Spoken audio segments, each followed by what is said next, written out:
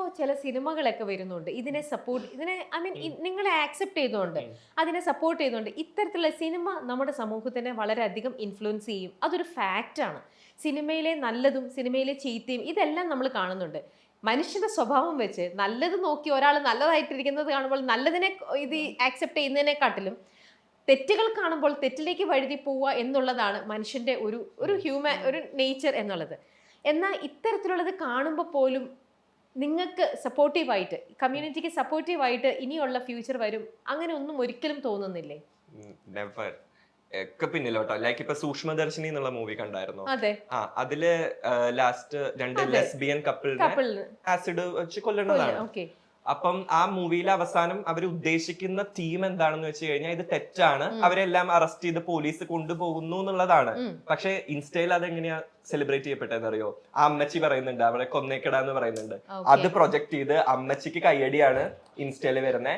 And ഇതേ ഷോയിൽ ഉണ്ടായിരുന്ന ബിഗ് ബോസിലെ ഒരു കണ്ടസ്റ്റന്റ് വാസ് സെലിബ്രേറ്റിംഗ് ഇറ്റ്. അമ്മച്ചി റോക്സ് എന്ന് പറഞ്ഞ് കമന്റ് ഇട്ട് അതിന്റെ അടിയിൽ സോ ആ മൂവി ഉണ്ടാക്കിയതിന്റെ മെയിൻ ലക്ഷ്യത്തിന്റെ നേരെ ഓപ്പോസിറ്റ് രീതിയിലാണ് ഇപ്പോഴത്തെ ആൾക്കാർ അത് സെലിബ്രേറ്റ്. സോ എന്ത് ചെയ്താലും എനിക്കൊരു ഹോപ്പ് ഇല്ല.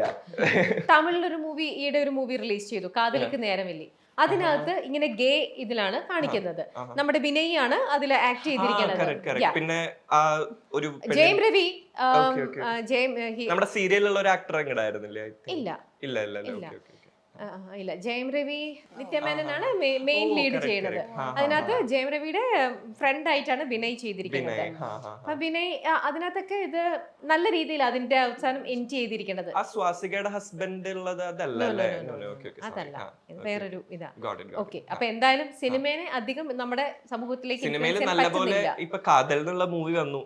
പക്ഷെ അതെത്ര പേര് അതിനെ കുറിച്ചൊരു സോഷ്യൽ മീഡിയയിൽ ഡിസ്കഷൻ ഉണ്ടായിരുന്നു, ഒബ്വിയസ്ലി ഉണ്ടായിരുന്നു. പക്ഷെ സ്റ്റിൽ എല്ലാത്തിന്റെയും നെഗറ്റീവ് വശമാണ് കൂടുതൽ പ്രൊജക്ട് ആവുന്നത്. ഓക്കെ, കാതൽ മൂവിയിലും വളരെ മനോഹരമായിട്ടാണ് അത് മനസ്സിലാക്കി കൊടുത്ത മൂവിയാണ്. അതെ, ഇങ്ങനെയുള്ള ആൾക്കാർ നമ്മുടെ സമൂഹത്തിലുണ്ട്. വളരെ നല്ലൊരു മെസ്സേജ്, ബ്യൂട്ടിഫുള്ളി, അതും വളരെ അത് മമ്മൂക്ക തന്നെ ചെയ്തത് കൊണ്ട് അതിന്റെ ഉത്തരവാദിത്വം അല്ലെങ്കിൽ ആ റോള് ആ ഒരു കംപ്ലീറ്റ് അതിന്റെ ഒരു സീരിയസ്നെസ് ആയിക്കോട്ടെ എല്ലാം കറക്റ്റ് ആയിട്ടത് അവർക്കത് ചെയ്യാൻ പറ്റി.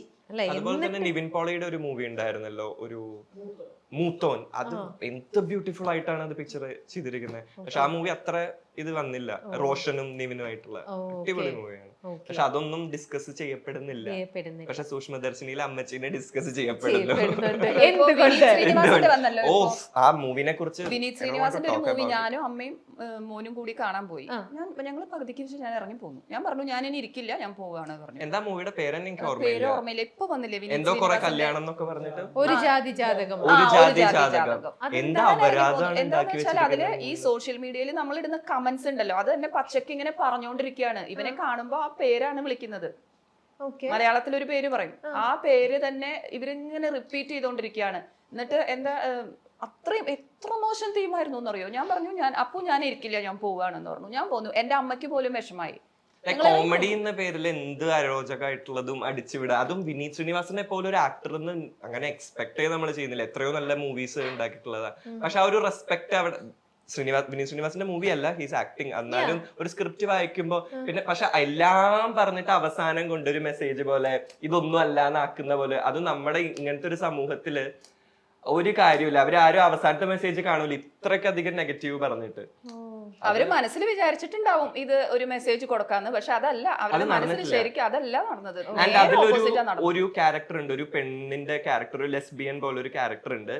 അവരെ കാണിച്ചിരിക്കുന്നത് ഫുൾ കൺഫ്യൂസ്ഡ്. ഇന്ന് വന്ന് പറയുന്നത് എനിക്ക് നിന്നെ ഇഷ്ടമാണ്, നാളെ വന്ന് ആണിന്റെ അടുത്ത് പറയുന്നത് ഇഷ്ടമാണ്, വീണ്ടും വന്ന് പറയുന്നത് എനിക്ക് നിന്നെയാണ് ഇഷ്ടം. അപ്പൊ ഒരു കൺഫ്യൂസ്ഡ് ആയിട്ടും മഴവില്ലിന് ഇടയ്ക്കിടയ്ക്ക് പുച്ഛിച്ചുകൊണ്ട് പറയുന്നുണ്ട്. മഴവിൽ റെയിൻബോ എന്ന് പറയുന്നത് ആക്ച്വലി ഒരു പ്രൈഡ് ഒരു ഫ്ലാഗ് ആണ്. അതിനെ അവർക്ക് മഴവില്ല് എന്ന് പറഞ്ഞുകൊണ്ട് പുച്ഛിച്ചിട്ട് എന്തിനാ പറയുന്നത് എനിക്ക് മനസ്സിലായിട്ടില്ല. അതും വിനീത് ശ്രീനിവാസനെ പോലെ ഇത്ര വലിയൊരു ആക്ടർ. സോ എല്ലാം കൊണ്ടും അടിപൊളിയാണ്. ഞാൻ അവരുടെ ഒരു ഇൻസ്റ്റാഗ്രാം പേജിൽ ഞാൻ നല്ല കമന്റ്സ് ഇട്ട് കൊടുത്തിട്ടുണ്ടായിരുന്നു. ഓ ചേച്ചി അതിന് കമന്റ് ചെയ്തു? ഞാൻ എന്നെ പിടിച്ചു വെച്ചിരിക്കുകയാണ്. ഞാൻ അതിനുവേണ്ടി ഒരു ഫേക്ക് ഐഡി ഉണ്ടാക്കിയിട്ടുണ്ട്.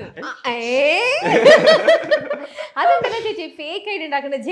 അതെന്താന്ന് വെച്ചാല് ഫേക്ക് ഐഡി അല്ലെങ്കിൽ ഇവനെ ബാധിക്കും. അത് ഇനിയിപ്പോ ഞാൻ എന്തെങ്കിലും ഇട്ട് കഴിഞ്ഞാല് പിന്നെ നമ്മൾ അത് നോക്കിയിരിക്കുന്ന കുറച്ച് അതിൽ ആൾക്കാർ. ഏറ്റവും തമാശ എന്താണെന്ന് വെച്ച് കഴിഞ്ഞാൽ അമ്മ വന്ന് കമന്റ് ഇടുന്നത് ലൈക്ക് കറക്റ്റ് പ്രോപ്പർ ആയിട്ട് ഈ മൂവിയിൽ ഇങ്ങനെ ഒരു കാര്യം പറഞ്ഞത് മോശമായി എന്ന് പറഞ്ഞത് ഇട്ട് കഴിഞ്ഞാൽ അതിന് റിപ്ലൈ വരുന്നത് പോടി മറ്റവളെ നീ ആരടി ഇവർക്ക് വാലിഡ് ആയിട്ടുള്ള ഒരു പോയിന്റ് ഇല്ല, ഒരു 10 തെറി മാത്രമായിരിക്കും റിപ്ലൈ വരുന്നത്. പക്ഷെ ഇത് നല്ലൊരു പേജ് ആയിരുന്നു ഇവരുടെ. നല്ലൊരു പേജിലാണ് ഒരു സ്ത്രീ നല്ലതാണ് ഇട്ടിരിക്കുന്നത്, ഈ മൂവി ബാൻ ചെയ്യണം എന്ന് പറഞ്ഞിട്ട് ഇവരുടെ തന്നെ കമ്മ്യൂണിറ്റിയിൽ പെട്ട ആരുടെയോ ആണ് ആ പേജ്. ഞാൻ അതിൽ കയറി അതിനെ സപ്പോർട്ട് ചെയ്ത് വളരെ മനോഹരമായിട്ട് ഇത്ര ഒരു പേജ് എഴുതി കൊടുത്തു ഞാൻ. അപ്പൊ അതിന് 2 ദിവസം ഫൈറ്റ് ആയിരുന്നു അതില്. അതിന്റെ ഒരാള് പിന്നെ ഇടും, അവര് പറയുന്നത് ഇവരൊക്കെ വന്ന എന്താണ് ട്രെയിനിൽ വന്നിട്ട് പൈസ തട്ടിച്ചു കൊണ്ടുപോകുന്ന ആൾക്കാരല്ലേ. അപ്പൊ ഞാൻ പറഞ്ഞു 1976 ട്രെയിനിൽ നിന്ന് നിങ്ങൾ ഇതുവരെ ഇപ്പോഴും ട്രെയിനിൽ അങ്ങനെ ചെയ്യുന്നവരുണ്ട്, ബട്ട് അതിന്റെ അർത്ഥം എല്ലാവരും അങ്ങനെയാണെന്നാണോ? മനുഷ്യരിലും നല്ലതും ചീത്തയും ഇല്ലേ? ഓബ്വിയസ്ലി. അത് മാത്രല്ല ഇവർക്ക് ഈ കമ്മ്യൂണിറ്റി എന്ന് പറഞ്ഞാൽ ഇവർ ആകെ കൂടി അറിയണത് ട്രെയിനിൽ പൈസ മേടിക്കുന്ന ആളുകൾ, ഇത് മാത്രമേ അറിയുള്ളൂ. അത് വെച്ചിട്ടാണ് ഈ കമന്റ് ഇടുന്നത്. ഞാനും വിട്ടുകൊടുത്തില്ല. 2 ദിവസം കഴിഞ്ഞപ്പോൾ എന്താ മെയിൻ പ്രോബ്ലം എന്ന് വെച്ചാൽ ഈ ട്രെയിനിൽ നിന്ന് പൈസ മേടിക്കുന്ന ആളുകളുടെ നിന്ന് മുന്നോട്ട് വരുന്ന, ഇപ്പൊ ജാൻമോനി തന്നെ വലിയ സെലിബ്രിറ്റി മേക്കപ്പ് ആർട്ടിസ്റ്റിൽ മുന്നോട്ട് വരുന്ന ഇവർക്ക് പിടിക്കുന്നില്ല. അവർക്ക് വേണ്ടത് എന്താ ട്രെയിനിൽ തന്നെ പിച്ചെടുത്ത് ജീവിക്കണം എന്നുള്ളതിലേക്ക് ആണ് അവര് ഹാപ്പിനെസ്. അങ്ങനെ നെഗറ്റീവ് ആയാലും അവർക്ക് ഹാപ്പി ഉള്ളൂ. അതാണ് നമ്മുടെ ഹിന്ദിയിലാണെങ്കിലും ബാക്കി ലാംഗ്വേജസിലൊക്കെ ആണെങ്കിലും ഇതിന്റെ ആ ഒരു സത്യാവസ്ഥ റിവീൽ ചെയ്തുകൊണ്ട് ആ ഒരു ഫേസിനെ കാണിച്ചുകൊണ്ടുള്ള എത്ര നല്ല മൂവീസ് ഒക്കെയാണ് വരുന്നത്. അങ്ങനെയെങ്കിലും നമ്മുടെ സമൂഹത്തിലെ ആൾക്കാര് അതിനൊന്ന് മനസ്സിലാക്കുക, അതിനൊന്ന് ആക്സെപ്റ്റ് ചെയ്യുക അല്ലേ? ഞാൻ സത്യത്തില് ഒരു ദാണ്ടിയ എന്താണ്ടായിരുന്നു, ദാണ്ടിയന് എന്താ പറയാ, ദാണ്ടിയൊന്നുമില്ലേ?